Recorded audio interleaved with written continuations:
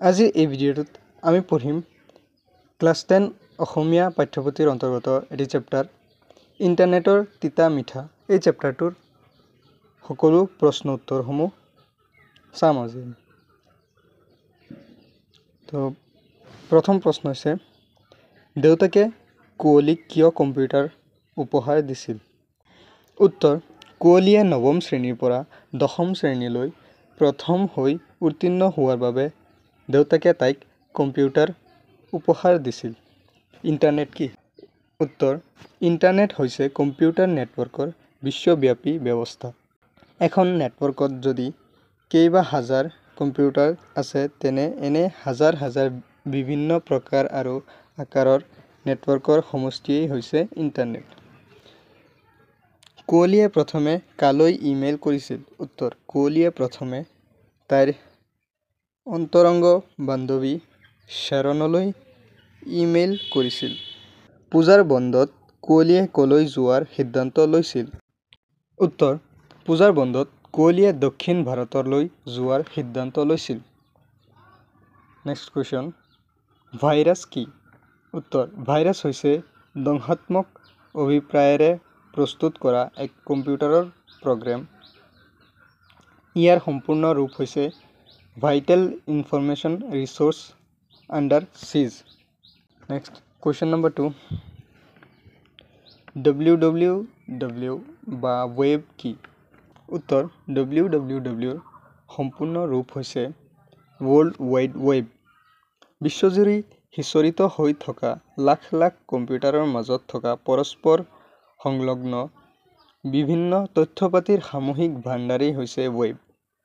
3 number প্ৰশ্নটো হৈছে কুঁৱলীয়ে ইমেইলৰ জৰিয়তে বান্ধৱীসকলৰ পৰা কি কি কথা জানিব পাৰিলে? উত্তৰ, কুঁৱলীয়ে ইমেইলৰ জৰিয়তে তাইৰ বান্ধৱীসকলৰ পৰা ভ্ৰমণৰ অভিজ্ঞতা তথা নিজস্ব দৃষ্টিভংগীৰ এক ৰোমাঞ্চকৰী সোৱাদ লাভ কৰিব পাৰিলে। কিছুমান ঠাইৰ ৰঙীন ফটো উপভোগ কৰাৰ উপৰিও সেই ঠাইবোৰৰ বিষয়ে জ্ঞান লাভ কৰিব পাৰিলে। ভিডিঅ' কলিঙৰ যোগেদি দূৰ দূৰণিত থকা বন্ধু বান্ধৱীৰ লগত যেন মুখামুখিকৈ আপ্লুত কৰি তুলিছে। নেক্সট কুৱেশ্যন, ইণ্টাৰনেটৰ সহায়ত কুঁৱলীয়ে কি কি নতুন অভিজ্ঞতা আহৰণ কৰিলে? উত্তৰ, ইণ্টাৰনেটৰ সহায়ত কুঁৱলীয়ে নতুন অভিজ্ঞতা অৰ্জন কৰিলে।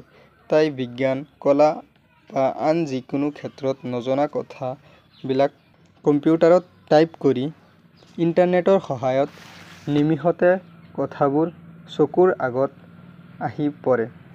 ইমেইলৰ যোগেদি বন্ধু বান্ধৱীৰ পৰা বিভিন্ন দেশ ভ্ৰমণৰ চাক্ষুষ অভিজ্ঞতা, ভিডিঅ' কলিং উপভোগ কৰি এনে অনুভৱ হ'ল যেন তাই কাৰোবাৰ লগত মুখামুখিকৈ কথা পাতি আছে।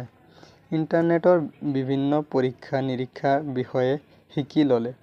কুঁৱলীয়ে নীতি শিক্ষা থকা পুৰণি চিনেমা, সু গায়ক গায়িকাৰ চিৰযুগমীয়া গীতসমূহৰ লগতে খেলা ধূলাও উপভোগ কৰিলে। ভাইৰাছে কম্পিউটাৰ এটাৰ কেনেদৰে বিজুতি ঘটাব পাৰে? উত্তৰ, ভাইৰাছ হৈছে ধ্বংসাত্মক অভিপ্ৰায়েৰে প্ৰস্তুত কৰা এটা কম্পিউটাৰ প্ৰগ্ৰেম।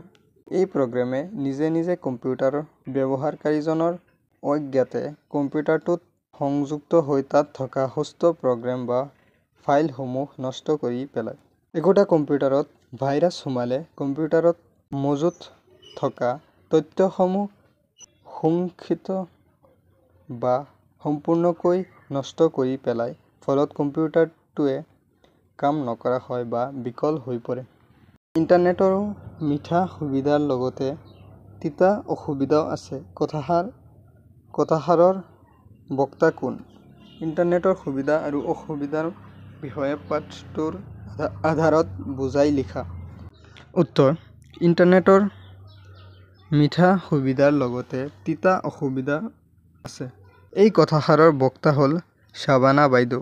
ইণ্টাৰনেটৰ ভাল সুবিধাখিনিক মিঠা সুবিধা আৰু অসুবিধাখিনিক তিতা অসুবিধা বুলি কোৱা হয়।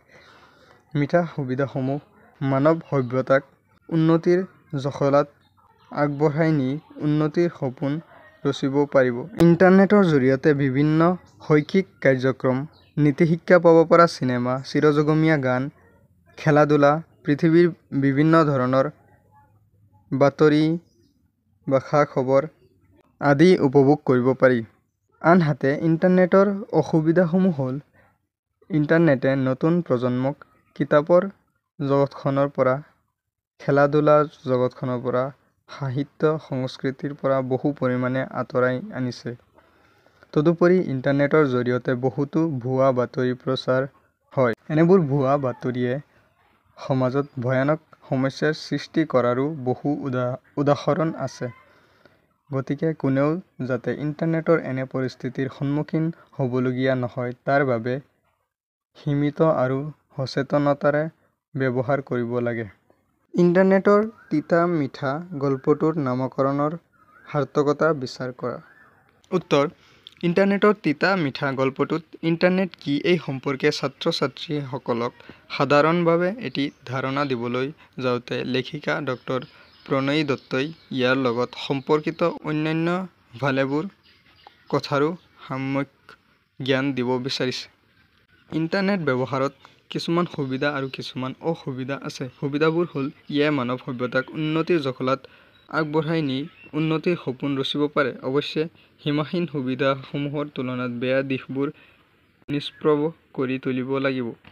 এই ক্ষেত্ৰত পূৰামাত্ৰাই সফলতা তেতিয়াহে লাভ কৰিব পাৰি যেতিয়া সেই বেয়া দিশবোৰৰ তথা কুব্যৱহাৰৰ পৰা আঁতৰি থাকিবলৈ সকলোৱে দৃঢ় প্ৰতিজ্ঞ হ'ব। ইণ্টাৰনেটৰ বিভিন্ন ৱেবছাইটসমূহৰ জৰিয়তে বিজ্ঞানৰ বিভিন্ন পৰীক্ষা-নিৰীক্ষাৰ বিষয়ে শিকিব পাৰি। দেশ-বিদেশৰ চাক্ষুষ অভিজ্ঞতাৰ ৰোমাঞ্চক সোৱাদ ল'ব পাৰি। যিকোনো বিষয়ৰে তথ্য লাভ কৰিব পাৰি। মনোৰঞ্জনৰ কাৰণে নীতি-শিক্ষা থকা পুৰণি চিনেমা, সু-গায়ক-গায়িকাৰ মন-প্ৰাণ পুলকিত কৰা চিৰযুগমীয়া গীতসমূহৰ লগতে খেলা-ধূলাও উপভোগ কৰিব পাৰি। মুঠতে সমগ্ৰ বিশ্ব-ব্ৰহ্মাণ্ডৰ জ্ঞান আৰু খা-খবৰ ইণ্টাৰনেটৰ জৰিয়তে পাব পাৰি বুলি বিশেষ উদাহৰণেৰে লেখিকাই উল্লেখ কৰিছে। ইণ্টাৰনেটৰ এই সুবিধাসমূহক মিঠা সুবিধা বোলা হৈছে। আনহাতে ইণ্টাৰনেটৰ কিছুমান মাৰাত্মক অসুবিধাও আছে। ইণ্টাৰনেট এনে আকৰ্ষণীয় আৰু মোহনীয় বস্তু যে ইয়ে নতুন প্ৰজন্মক কিতাপৰ জগতৰ পৰা, সাহিত্য-সংস্কৃতি, খেল-জগতৰ পৰা আনকি সমাজৰ পৰাও বিচ্ছিন্ন কৰি ৰাখে। ইণ্টাৰনেটৰ জৰিয়তে কিছুমান মিছা তথা ভুৱা বাতৰি প্ৰচাৰ হয়। এইবোৰে নতুন প্ৰজন্ম তথা ছাত্ৰ-ছাত্ৰী আৰু সমাজক ভয়ানক ক্ষতিসাধন কৰে। ইণ্টাৰনেটৰ এনে ক্ষতিৰো একাধিক উদাহৰণ দি লেখিকাই প্ৰকৃত চিত্ৰ দাঙি ধৰিছে। ইণ্টাৰনেটৰ এনে অসুবিধা বা ক্ষতিবোৰকেই ইয়াৰ তিতা অসুবিধা বোলা হৈছে। ইণ্টাৰনেটৰ এই ভাল-বেয়া তথা তিতা-মিঠা সকলো দিশ গল্পটোত বৰ্ণিত হৈছে কাৰণে গল্পটোক ইণ্টাৰনেটৰ তিতা-মিঠা নামকৰণ সাৰ্থক হৈছে। ইণ্টাৰনেটৰ অত্যাধিক ব্যৱহাৰ ছাত্ৰ-ছাত্ৰীৰ জীৱনত কেনে প্ৰভাৱ পেলাব পাৰে? পাঠটোৰ আধাৰত লিখা। উত্তৰ: ইণ্টাৰনেটৰ অত্যাধিক ব্যৱহাৰে ছাত্ৰ-ছাত্ৰীৰ জীৱনত অধিক প্ৰভাৱ পেলাব পাৰে। ইণ্টাৰনেটৰ ব্যৱহাৰে ছাত্ৰ-ছাত্ৰীক সাধাৰণতে দৈনন্দিন জীৱনত কৰিবলগীয়া বহুতো কাম-কাজ, খেলা-ধূলা ইত্যাদি বিভিন্ন ধৰণৰ প্ৰয়োজনীয় কৰ্মৰ পৰা বিৰত ৰাখে।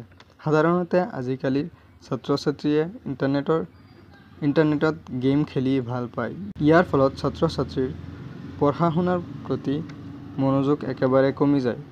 কোনো ধৰণৰ অনুষ্ঠান-উৎসৱ আজিকালি ল'ৰা-ছোৱালীয়ে ভাগ ল'বলৈ উৎসাহ নেদেখুৱায়। ইণ্টাৰনেটৰ অত্যাধিক ব্যৱহাৰৰ ফলত আপোনজনক মাত এষাৰ দিবলৈও তেওঁলোকে পাহৰি যায়। ভাৱ বিষয়ক প্ৰশ্নসমূহ বাক্য ৰচনা কৰা। চিনাকি-অচিনাকি। উত্তৰ: ইণ্টাৰনেটৰ জৰিয়তে চিনাকি-অচিনাকি বহুতো লোকক লগ পোৱা যায়। অলীক সপোন: ভালদৰে পঢ়া-শুনা নকৰি চৰকাৰী চাকৰি পাব বিচৰাটো অলীক সপোনৰ কথা। নাকে-মুখে: বিদ্যালয়লৈ যোৱাৰ সময়ত সদায় নাকে-মুখে এমুঠি দি গুচি যাবলগীয়া হয়। পৰীক্ষা-নিৰীক্ষা: ইণ্টাৰনেটৰ জৰিয়তে ৰীমাই বিজ্ঞানৰ বিভিন্ন পৰীক্ষা নিৰীক্ষাৰ বিষয়ে শিকি ল'লে। তাৰপিছত আছে অৰ্থ লিখা। ক্ষতি, ইয়াৰ অৰ্থ হ'ব নাশ বা অনিষ্ট। বিজুতি, এইটোৰ অৰ্থ আমি লিখিব পাৰিম যন্ত্ৰত ওলোৱা বেমাৰ। গুণাগথা হ'ব চিন্তা চৰ্চা। উদাস হ'ব অনুৰাগহীন। পুঞ্জীভূত, ইয়াৰ অৰ্থ হ'ব সঞ্চিত।